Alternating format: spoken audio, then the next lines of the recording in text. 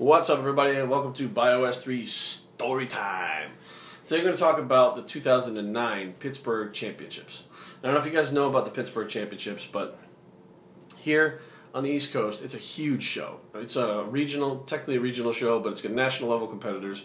It's a few weeks before the Junior USAs, so you have national level competitors going to get their qualifications, trying to get seen by the national judges, and it's run by Jim Mannion. Jim runs the NPC and the IFBB. He's like the president or something like that. Basically he's the man. So it's his show. All the Olympians are there, like Cutler, Kai Green, all those guys. They fly from all over the country to convene in this one place to do this one show for the Mannions. And it's a huge show. Seth Feroce won it in, I think it was 2009. Yeah, it was 2009. That was his show as a light heavyweight he won and went on to become a very successful pro in the 212 division, or originally 202. So I decided I was going to do this show. I'd started prep for it. And, of course, nothing ever goes smoothly. So here's where the story begins. My girlfriend and I had split up. We were together for 4 years. And now at this point I had to find a new place to live. She had moved away. It was just a giant mess. This is the worst case scenario you want if you're going to be doing a competition. You want your head to be as clear as possible. And this was definitely not as clear as possible. So I contacted Dave Pulcinella, and asked him what he thought I should do. And he was like, go ahead, just continue with your prep. Do the show. It gives you something positive to focus on. Keeps you busy. And also, you don't want to let this girl bring you down and not have you do what you set out to do and what you love to do. So he was right. So I continued forward, and I struggled through it. And about 8 weeks out, my good friend Kevin Lavrodi. Now, Kevin and I met at 2008 at the 2008 at the Maryland Championships through a mutual friend.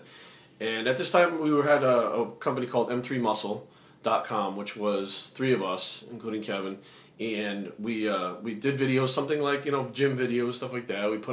We had a forum and stuff, and Kevin kind of saw what I was going through. Now, without me saying anything to him, and I don't even know if he knows what he did. He may think he didn't even do anything, but he stepped up as more of a older brother type figure to me.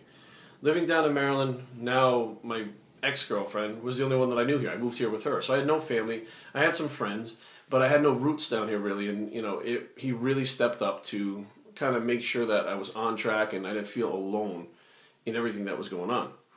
So Kevin decided he was going to train me for the Pittsburgh. He was going to help me train, do my diet, all this stuff. And, he would call me every morning and be like, did you do your cardio yet? I'd be in bed. I used to work at a club at night too, so I'd come home at 5 in the morning. He'd call me like 7:30, 8 o'clock, and be like, "Get up and do your cardio. You got to have your first meal by 9 o'clock." He'd call me 3-4 times a day, come to the gym, help me train, and then I got through that process.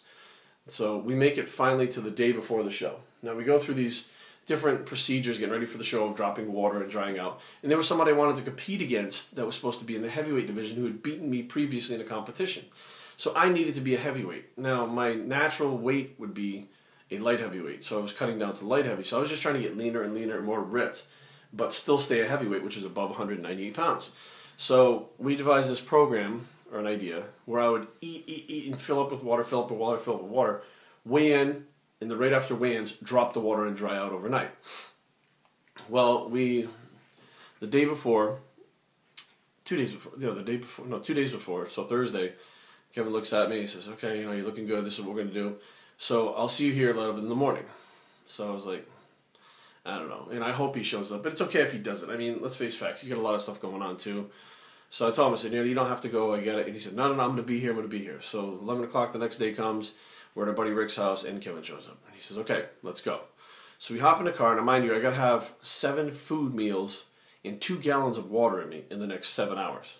That is a huge amount to get in your body of all brown rice, vegetables, and tilapia. Now, we were on the road driving, so we didn't stop for microwaves and stuff. I ate the tilapia cold with that gel that it turns out on top of it. And, we would have to stop so I could use the bathroom because I had drinking 2 gallons of water. And I had 2 gallons within 7 hours. That's a lot of water. So I had to pee like every 2 minutes. We get stuck in traffic, sitting there on a highway where there was nothing around us, no woods, nothing, just flat land. And I got to pee, and we're sitting there because there was an accident. You can't even run off to pee anywhere. I mean, you can't do anything. You're stuck. You just got to deal with it. I thought my bladder was going to explode and come flying through the windshield.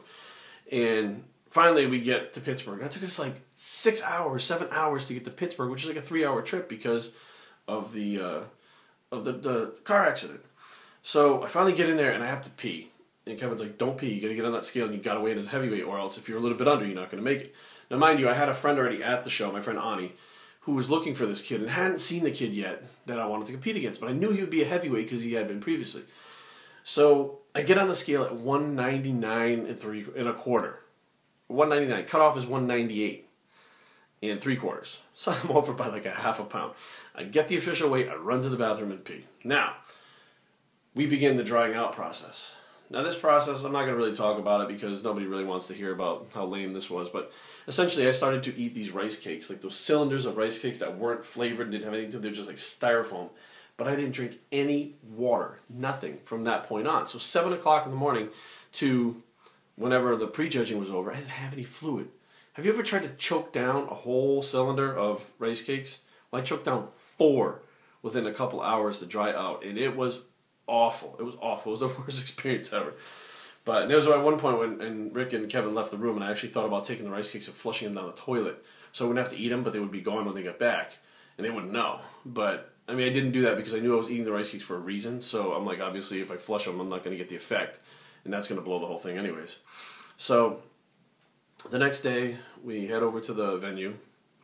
The kid never showed up. He wound up getting a job somewhere and not competing that year at all. So I wound up jumping in the heavyweights with these like 15 or 18 national level heavyweights. Now these guys, some of them sucked down and just barely made 225, and they're like 5'6". I'm 5'10". And then I'm going to go on stage with these guys. One of them, TJ Shoehorn, I knew who he was. He was a great national level competitor. So I did what I could do. I went on stage. Out of all those heavyweights, all the guys that I thought were going to kill me. And in the Pittsburgh, I played 4th in the heavyweight division. Not being a natural heavyweight, being only a half a pound over to be a heavyweight, and going against the national level guys, that was probably one of my best moments. And having Kevin there walk me through the procedures, doing an Olympian type prep. You know, this was someone who was training me like they would train themselves for the Olympia. And when I walked away with that trophy, it was, I mean, it's not the best trophy. It's kind of a piece of crap trophy, but that's one of my crowning achievements, that I was able to go back to the Pittsburgh when I knew I wouldn't place well. And I busted my butt and made enough changes in a couple of years from my 11th place finish in 2007 to get 4th in a higher weight class, being the lightest guy in the whole class. You know, that was a big achievement for me. Also that day, I met my now girlfriend, Carrie Keenan. She was there competing. She lived in Montana. And we had some mutual friends that told us we should meet up while we're there because she doesn't really have anybody to hang out with backstage. And we have similar personalities. We probably get along. So she was there too. We met up.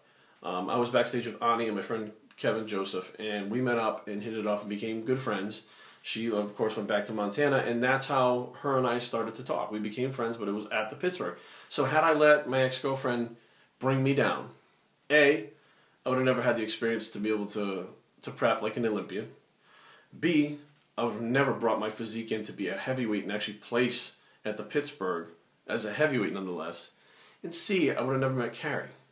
So the take home here is, no matter how the odds are stacked against you, no matter what the deck is like, all you have to do is put your chin down, put your eyes up, and move forward. And as you're moving forward, everything else around you will just kind of bounce off you as you go towards your goal. And once you get there, all the things that you've had to go through that you've left behind, it's just that much sweeter when you walk away with that trophy or hand raised or whatever the deal is that you're trying to accomplish.